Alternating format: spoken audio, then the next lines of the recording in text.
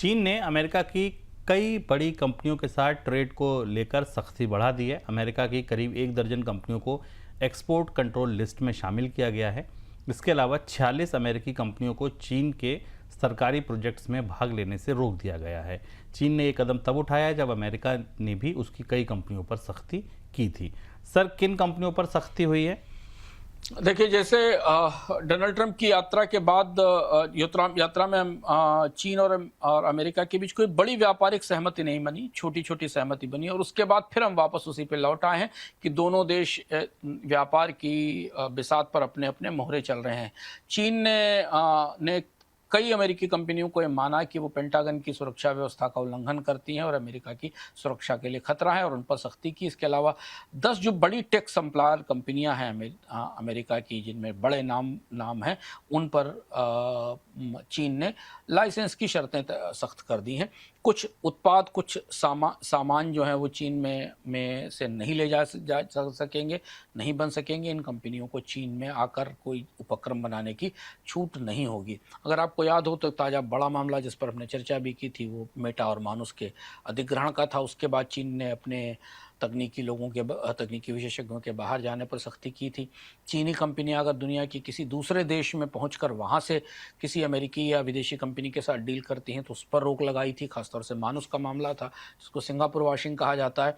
तो अब धीमे धीमे में चीन और अमेरिका के बीच में टेक वार की गर्मी बढ़ने लगी है। हालांकि अभी खुलकर टेक वार जैसी स्थिति नहीं आई है, लेकिन ऐसे प्रावधान कर रहे हैं दोनों देश जिससे कि तकनीकी क्षमता दोनों देशों की सुरक्षित रहे। चीन अपनी तकनीक नहीं देना चाहता अमेरिका को और अमेरिका नहीं चाहता कि चिप बनाने की या बाकी चीज़ों की तकनीक चीन तक पहुंचे। तो ये टकराव आने वाले दिनों में और ज़्यादा बढ़ सकता है। अमेरिका की प्रतिक्रिया का इंतज़ार होगा इस पर कि चीन ने जो सख्ती की है वो अमेरिका के फैसले का जवाब है, पलटवार है। क्या अमेरिका इस पर फिर कोई फैसला ले सकता आने वाले दिनों में, या फिर वापस उसकी शुरुआत हो सकती है जहां डोनाल्ड ट्रंप फिर ये कहें कि हम किसी तरीके का पीनल टैरिफ चीन पर लगा सकते हैं। यूके में फिर से राजनीतिक अस्थिरता बढ़ गई है। केयर स्टारमर ने प्रधानमंत्री पद से त्यागपत्र दे दिया है।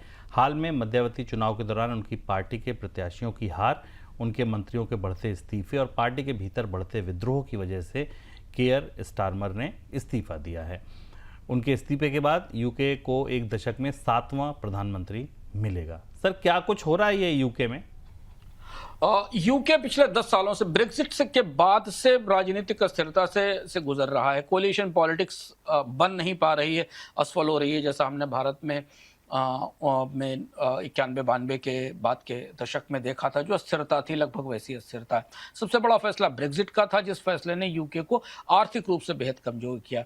और उसके बाद हर आने वाली सरकार ने, चाहे वो टूरी की सरकार हो, लेबर की सरकार हो, इकोनॉमी सुधारने की कोशिश की, नहीं सुधरी और इकोनॉमी बिगड़ती चली गई। कियर स्टारमर ने 2024 में बड़ी जीत हासिल की थी, लेकिन इसके बाद भी जो लोकल इलेक्शंस हुए हैं हाल में और जो मेयर इलेक्शन हुए हैं, उनमें उनकी पार्टी को बड़ा नुकसान उठाना पड़ा।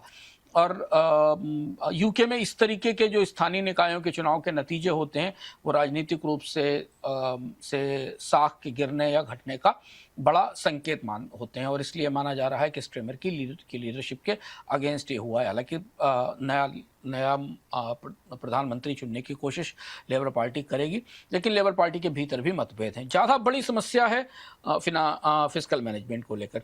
लगातार ब्रेक्जिट के बाद से हर सरकार कुछ ऐसा कर रही है जिससे कि ब्रिटेन की अर्थव्यवस्था पर बुरा और गहरा असर पड़ रहा है। स्टारमर और उनकी जो चांसलर हैं यानी वित्त मंत्री हैं रेचल रीव्स हैं, उन्होंने ऐसे रूल्स तय किए जिनमें कि फिस्कल खर्च ज़्यादा बढ़ाने की बात थी, वेलफेयर पॉलिटिक्स की बात थी, NH, prisons, council, universities, water, इन सब पे बड़ा निवेश करने की बात थी। लेकिन इतना पैसा नहीं है सरकार के पास, उसे भारी बारोइंग करनी होगी। जैसे एनएचएस में ही भारी फंडिंग गैप है, जो हेल्थ स्कीम है ब्रिटेन की उसको काफ़ी पैसा चाहिए। तो इसलिए अर्थव्यवस्था में और भी दबाव है। इस बीच में ईरान का युद्ध हो गया, होर्मुज की क्राइसिस हो गई, इन्फ्लेशन हो गई, फ्यूल की कीमतें बढ़ी। इस सारी स्थिति के बीच में ब्रिटेन की अर्थव्यवस्था बुरी तरह लड़खड़ा गई है और अब वापस वहाँ वो सवाल दोबारा शुरू हो गए हैं कि क्या ब्रेक्जिट से निकलना ठीक था, क्या दोबारा क्या ब्रेग्जिट ठीक था, क्या दोबारा ईयू में शामिल होने की कोशिश की जानी चाहिए, नए सिरे से उस पर बातचीत शुरू की जानी चाहिए, इसकी चर्चाएं बराबर शुरू हो गई हैं। चूँकि लेबर पार्टी ने काफ़ी ऐसी स्कीमें घोषित की थी जो पॉपुलिस्ट थी, तो उनके असर भी अब बजट पर दिखने लगे हैं। तो एक बार फिर अस्थिरता है यूके में, पूरी दुनिया की निगाहें इस पर हैं। देखना होगा कि लेबर पार्टी कोई नया सीएम लेकर आती है या फिर वहाँ चुनाव का खतरा फिर दिखाई देता है, क्योंकि ब्रिटेन में ऐसी राजनीतिक अस्थिरताओं में जल्दी जल्दी चुनाव की बहुत पुरानी रवायत रही है।